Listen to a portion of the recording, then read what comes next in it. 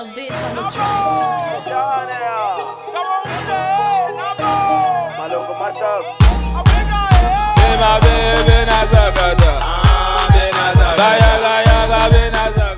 Pas que tout ce que tu fais est bon. Comment quelqu'un peut avoir une poitrine très généreuse? Elle fait une chirurgie pour diminuer sa poitrine. Celle qui a une poitrine moins généreuse fait une chirurgie pour augmenter sa poitrine. C'est bizarre.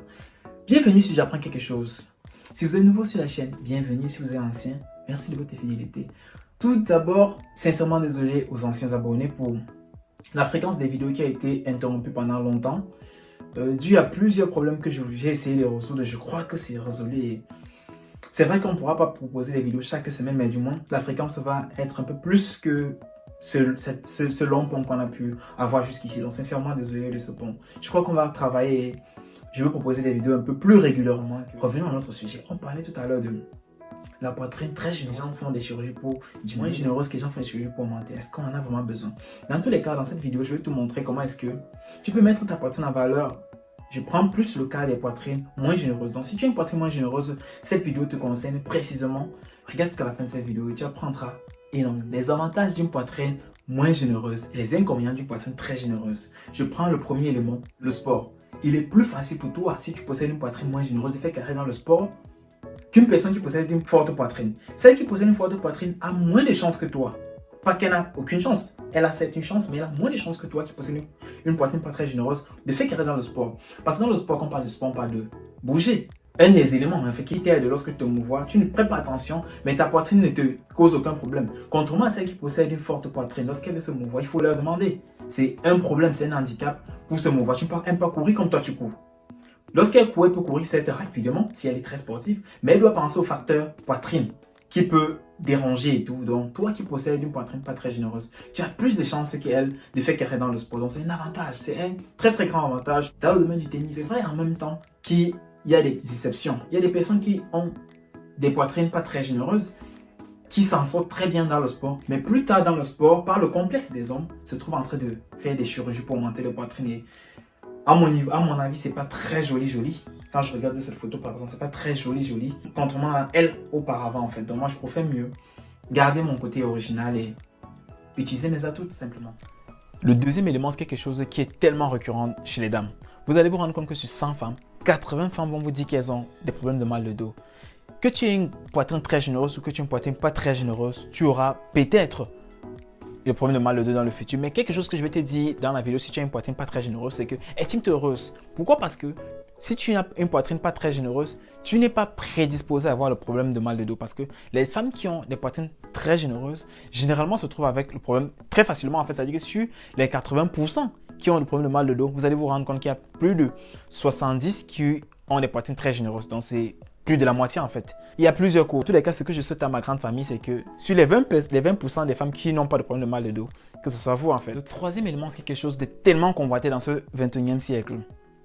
La plupart des personnes se sentent frustrées lorsque leur poitrine n'a plus cette fraîcheur-là. Et beaucoup vont jusqu'à faire des chirurgies pour pouvoir avoir ce semblant de fraîcheur.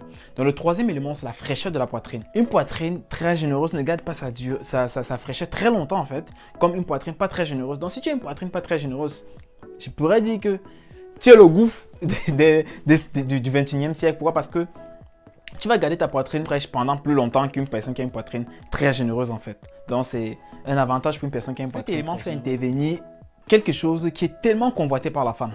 Toutes les femmes rêvent de cela.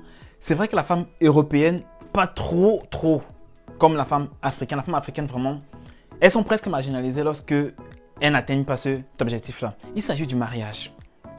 Mais je vais aller un peu plus loin. En dehors du mariage, quoi précisément dans le mariage? Lorsqu'on parle de mariage, la femme est plus attirée par quelque chose de tellement capital pour elle, sa tenue ce jour-là. C'est-à-dire comment est-ce qu'elle sera vêtue, comment elle sera la plus belle ce jour-là. Donc si tu es une personne à une poitrine pas très généreuse, tu seras la plus belle dans tous les cas le jour de ton mariage. Ça c'est garanti. Pourquoi? Parce que si tu ignores ton atout, c'est que tu as une poitrine pas très généreuse. Et vous allez vous rendre compte sur les modèles que je suis en train de présenter par exemple ici là, une femme qui a une poitrine pas très généreuse, la plupart des modèles sont pour des femmes qui ont des poitrines pas très généreuses, c'est-à-dire on n'a pas besoin de porter avec les soutiens-gorge. Les tenues de mariée sont des tenues qui ont été confectionnées la plupart, qui devront être portées sans soutien-gorge. Donc, Si tu es une femme qui a une poitrine pas très généreuse et tu te sens parfois complexée, estime-toi heureuse. Pourquoi? Parce que le jour de ton mariage, sois rassuré que tu auras la plus belle robe, vu que tu auras tu auras un énorme choix pour les tenues de mariée.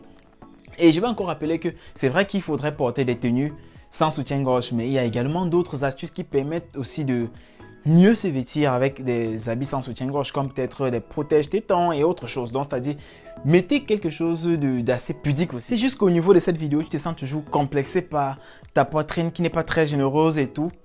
C'est que j'ai encore d'autres éléments. C'est vrai que j'aimerais rapidement passer à comment te vêtir avec ta poitrine pas très généreuse, mais je peux te donner un petit truc. Tu sais que de toi à moi, nous savons très bien que lorsque tu as envie d'aller acheter tes soutiens-gorge, tu n'es pas en train de trop te casser pour quel soutien-gorge va passer avec ta poitrine. Parce que c'est plus facile pour toi de prendre un soutien-gorge qui te va le mieux. Donc c'est un avantage encore. En dehors de même de soutien-gorge, pour dormir. Je crois que toi, tu ne te rends pas compte qu'il y a certaines difficultés à se coucher, se positionner sur le lit et tout. C'est quelque chose de très très important aussi parfois parce que tu peux passer des nuits blanches parce que tu n'arrives pas à trouver le sommeil vu la poitrine qui te dérange. Mais toi, tu n'as pas ce problème-là. Estime-toi heureuse d'avoir une poitrine qui ne te cause pas de problème en fait. Donc, bon, je pourrais passer toute la journée et te donner les éléments importants que tu ignores sûrement et l'ignorance de cela te fait peut-être te complexer, mais tu n'as pas besoin de te complexer. Passons à comment est-ce que tu vas te vêtir pour pouvoir mettre en fait tout ce potentiel-là en valeur, quoi. Donc, passons à une des tenues dont tu ne devrais sûrement pas t'en passer, c'est des chemisiers en foufou.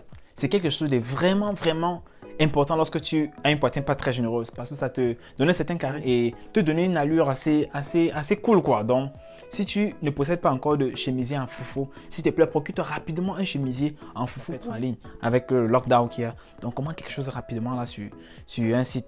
Je pourrais te conseiller peut-être Boro. Bref, il y a une vidéo qui parle des différents sites de vêtements que j'ai déjà mis là. Je vais mettre le lien là juste en haut. Donc, on va rapidement commander quelque chose avant de continuer la vidéo, quoi. Une question. Est-ce que tu possèdes déjà un col bénitier ou bien un décolleté? Si la réponse est non, là, c'est encore un élément qui te manque dans ta garde-robe.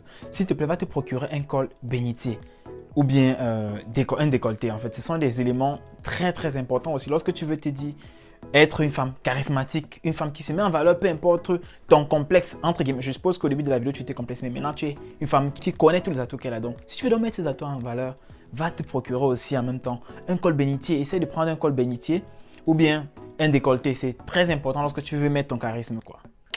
Quelque chose de très important aussi, c'est que vous allez vous rendre compte que les stars hollywoodiennes, les dames, qui sont sur les tapis rouges, elles ont l'air éclatantes, elles ont l'air très très belles et tout. Un des éléments qui est, moi je peux dire leur atout majeur, c'est des dos nus. Elles sont la plupart des temps avec des dos nus. C'est-à-dire même si elle a porté un blouson, elle va en ce moment-là enlever le blouson, on verra peut-être qu'elle a un dos nu. Et c'est quelque chose que je voulais te dire, si tu possèdes une poitrine pas très généreuse, c'est un atout incontournable dans ta garde-robe. Munis-toi des vêtements, des robes avec des dos nus. S'il te plaît, des dos nus raisonnables, donc pas quelque chose de très très voyant, quelque chose de juste dos nus qui te permet de te mettre en valeur sans toutefois en fait trop t'exposer en fait. Donc, mets quelque chose de raisonnable. Dans tous les cas, voici un exemple de dos nus assez raisonnable. Donc, munis-toi les dos nus, tu seras classe. Lorsqu'il faudra choisir des vêtements, s'il te plaît, prends des vêtements avec des couleurs très vives, très très vives même. C'est-à-dire, ça peut être le rose, ça peut être le jaune, ça peut être le bleu ciel, des couleurs vraiment vives, pas des couleurs très sombres comme le marron, le noir et bleu sombre. Non, munis-toi d'un maximum de vêtements très vifs. Ça permet de te mettre plus en valeur que des vêtements sombres. Et en passant, lorsque tu veux prendre des vêtements à couleur vive, rassure-toi de prendre avec des designs qui vont sur la forme horizontale plutôt que verticale en fait. Donc, prends des designs sur la forme horizontale. Et si tu peux encore trouver des vêtements qui ont, si je peux dire, des designs qui prennent tout le t-shirt, munis-toi de cela. Ça va te permettre d'être plus en valeur que les vêtements avec des tout petits designs, quoi. Donc, c'est l'un des conseils que je pourrais te donner si tu veux te vêtir. On pourrait passer également la journée pour que je t'explique les modèles de vêtements que tu devrais utiliser ou bien quelle façon tu devrais te vêtir. Mais je dirais plutôt que une des choses très très importantes, c'est une confiance d'abord en soi. Parce que lorsque tu as une confiance en toi, tu peux oser certains vêtements et ça te permet de savoir que ok, ceci peut aussi m'aller. Donc, je ne pourrais juste pas faire une vidéo de toute une journée pour te dire comment te vêtir et tout. Parce que tu as l'atout déjà de base. Tu as une poitrine pas très généreuse qui peut aller avec tellement de choses. Donc, il te faut juste savoir quoi mettre.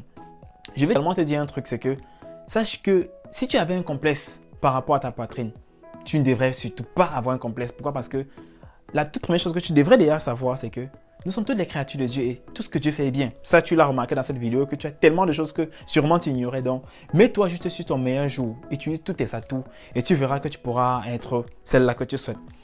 Si tu n'es pas encore abonné sur la chaîne et que tu as aimé cette vidéo, s'il te plaît, like et abonne-toi avant de quitter la chaîne. Et si tu es un ancien abonné, merci d'avoir regardé la vidéo et surtout partage la vidéo. Quelque chose de très important avant de quitter, si tu n'as pas encore activé la cloche de notification, s'il te plaît, fais-le. Là, je mets un truc. Peut-être tout à l'heure, je vais mettre une seconde vidéo. Peut-être demain, peut-être après-demain. Tu pourras être informé. Dans tous les cas, je pourrai revenir très rapidement. Donc, active la cloche de notification pour ne rien rater lorsque je mets un truc. En même temps, bonne année.